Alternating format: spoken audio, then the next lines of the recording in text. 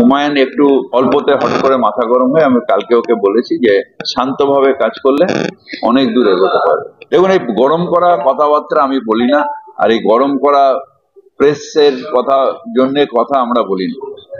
হুমায়ুনকেও কালকে আমি বলেছি যে এসব না বলে যদি সমস্যা কিছু থাকে, যদি অভিমান কিছু থাকে, সেটা ঘরের মধ্যে ভাইয়ে ভাইয়ে মিলে মেটাতে হবে।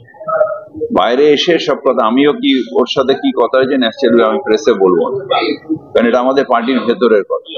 সুতরাং আমি আমার নেত্রী মমতা ব্যানার্জিকে সেটাকে রিপোর্ট করব। আমরা 3টে সিটেই জিতবো এবং বহরমপুরের যে মিত অধীর চৌধুরী, যেহেতু তিনি বিজেপির কাছে আত্মসমর্পণ করেছেন, তাই 2টো সিট দিয়ে দিয়েছিলেন বিজেপি। বহরমপুরের মানুষ আর ক্ষমা করবেন না।